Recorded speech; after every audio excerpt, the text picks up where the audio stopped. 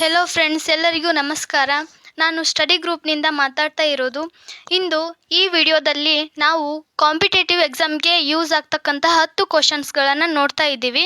ನೀವಿನ್ನೂ ನಮ್ಮ ಚಾನಲ್ಗೆ ಸಬ್ಸ್ಕ್ರೈಬ್ ಆಗಿರಲಿಲ್ಲ ಅಂದರೆ ಪಕ್ಕದಲ್ಲೇ ಕಾಣ್ತಿರುವ ಸಬ್ಸ್ಕ್ರೈಬ್ ಬಟನನ್ನು ಕ್ಲಿಕ್ ಮಾಡಿ ಈಗಲೇ ಬೆಲ್ ಬಟನನ್ನು ಒತ್ತಿ ಅಂತ ಹೇಳ್ತಾ, ಈಗ ನಾವು ಡಿಸ್ಕಷನ್ ಮಾಡ್ತಿರುವಂಥ ಈ 10 ಕ್ವಶನ್ಸ್ ನಮ್ಮ ಕಾಂಪಿಟೇಟಿವ್ ಎಕ್ಸಾಮ್ಗೆ ಯೂಸ್ ಆಗ್ತಿದ್ದು, ನೀವು CET TET ಯಾವುದೇ ರೀತಿಯಾದಂಥ ಕಾಂಪಿಟೇಟಿವ್ ಎಕ್ಸಾಮ್ ಬರೆಯುವಾಗ ಯೂಸ್ ಆಗುತ್ತೆ. ಹಾಗೆ ಈ ಕ್ವಶನ್ಸ್ಗಳನ್ನು ಹಲವು ಬಾರಿ ನಿಮ್ಮ ಕಾಂಪಿಟೇಟಿವ್ ಎಕ್ಸಾಮ್ಗೆ ಕೇಳಲಾಗಿದೆ.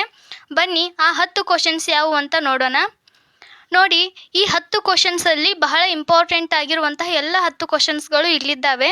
ಮೊದಲಿಗೆ ನೋಡಿ, ಮೊದಲನೇ ಕ್ವಶನ್ಸ್ ಏನಂದರೆ, ತ್ರಿಸಮುದ್ರತೋಯ ಪಿತಾವಾಹನ ಎಂಬ ಬಿರುದನ್ನು ಯಾರು ಹೊಂದಿದ್ದಾರೆ? ನೋಡಿ, ತ್ರಿಸಮುದ್ರತೋಯ ಪಿತಾವಾಹನ ಎಂಬ ಬಿರುದನ್ನು ಯಾರು ಹೊಂದಿದ್ದಾರೆ? ಆನ್ಸರ್ ಏನಂದರೆ, ಗೌತಮಿ ಪುತ್ರ ಶಾತಕರ್ಣಿಯು ತ್ರಿಸಮುದ್ರತೋಯ ಪಿತಾವಾಹನ ಎಂಬ ಬಿರುದನ್ನು ಹೊಂದಿದ್ದಾನೆ. ಎರಡನೇ ಕ್ವಶನನ್ನು ನೋಡುವುದಾದರೆ, ಯಾವ ವರ್ಷದಲ್ಲಿ ರಾಯಚೂರು ಜಿಲ್ಲೆಯನ್ನು ವಿಭಜಿಸಿ ಕೊಪ್ಪಳ ಜಿಲ್ಲೆಯನ್ನು ರಚಿಸಲಾಯಿತು?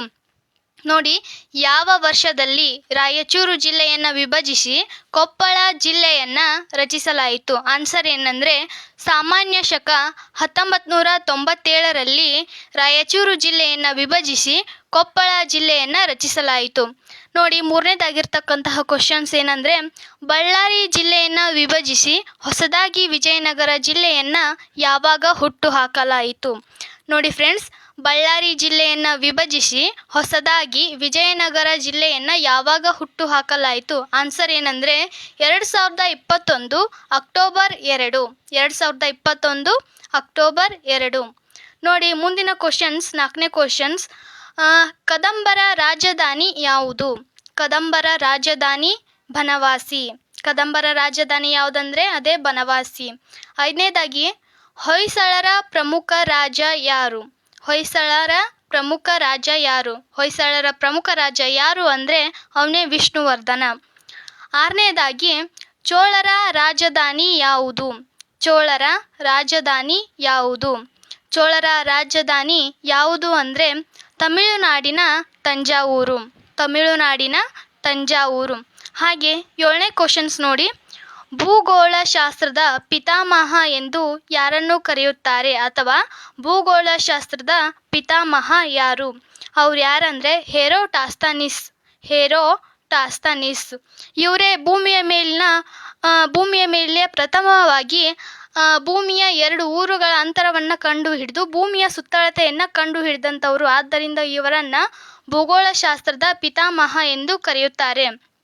ನೋಡಿ, 8ನೇ ಕ್ವಶನ್ ಏನಂದರೆ, ಭೂಮಿಯ ಸಮಭಾಜಕ ವೃತ್ತದ ವ್ಯಾಸ ಎಷ್ಟು? ಭೂಮಿಯ ಮೇಲೆ ಕಂಡು ಬರ್ತಕ್ಕಂಥ 0 ಡಿಗ್ರಿ ಸಮಭಾಜಕ ವೃತ್ತದ ವ್ಯಾಸ ಒಟ್ಟು ವ್ಯಾಸ ಎಷ್ಟು ಅಂದರೆ 12,756 ಕಿಲೋಮೀಟರ್. 12,756 ಕಿಲೋಮೀಟರ್.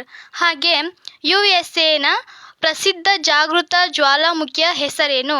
USA ಅಂದ್ರೆ ಯುನೈಟೆಡ್ ಸ್ಟೇಟ್ ಆಫ್ ಅಮೇರಿಕಾದ ಪ್ರಸಿದ್ಧ ಜಾಗೃತ ಜ್ವಾಲಾಮುಖಿಯ ಹೆಸರೇನು? ಅದೇ ಸೇಂಟ್ ಹೆಲೆನ್ಸ್. ನೋಡಿ, ಜ್ವಾಲಾಮುಖಿಯಲ್ಲಿ 3 ಟೈಪ್ಸ್ ಬರ್ತವೆ. ಒಂದು ಸುಪ್ತ ಜ್ವಾಲಾಮುಖಿ, ನಂದಿದ ಜ್ವಾಲಾಮುಖಿ ಮತ್ತು ಜಾಗೃತ ಜ್ವಾಲಾಮುಖಿ. ಅದರಲ್ಲಿ USA ಕಂಡು ಬರ್ತಕ್ಕಂಥದ್ದು ಜಾಗೃತ ಜ್ವಾಲಾಮುಖಿ. ಅದರಲ್ಲಿ ಪ್ರಸಿದ್ಧವಾಗಿರ್ತಕ್ಕಂಥ ಜಾಗೃತ ಜ್ವಾಲಾಮುಖಿ ಅಂದರೆ ಸೇಂಟ್ ಹೆಲೆನ್ಸ್. ನೋಡಿ, ಈಗ ಕೊನೆಯದಾಗಿ ಪ್ಲೂಟೋನಿಕ್ ಶಿಲೆಗೆ ಒಂದು ಉದಾಹರಣೆ. ನೋಡಿ, ಪ್ಲೂಟೋನಿಕ್ ಶಿಲೆಗೆ ಒಂದು ಉದಾಹರಣೆ. ಇಲ್ಲಿ ಗ್ರಾನೈಟ್ ಮತ್ತು ಗ್ಯಾಬ್ರೋ ಅಂತ 2 ಉದಾಹರಣೆಗಳನ್ನು ಕೊಟ್ಟಿದ್ದೇನೆ. ಅದರಲ್ಲಿ ಯಾವುದಾದ್ರೂ ಒಂದನ್ನು ನೀವೇ ಆಯ್ಕೆ ಮಾಡಿ. ಪ್ಲೂಟೋನಿಕ್ ಶಿಲೆಗೆ ಒಂದು ಉದಾಹರಣೆ ಗ್ರಾನೈಟ್ ಮತ್ತು ಗ್ಯಾಬ್ರೋ. ಇಲ್ಲಿಯವರೆಗೂ ನನ್ನ ಕ್ಲಾಸನ್ನು ಆಲಿಸ್ತಕ್ಕಂತಹ ನನ್ನ ನೆಚ್ಚಿನ ವೀಕ್ಷಕರಿಗೆ ಧನ್ಯವಾದಗಳು.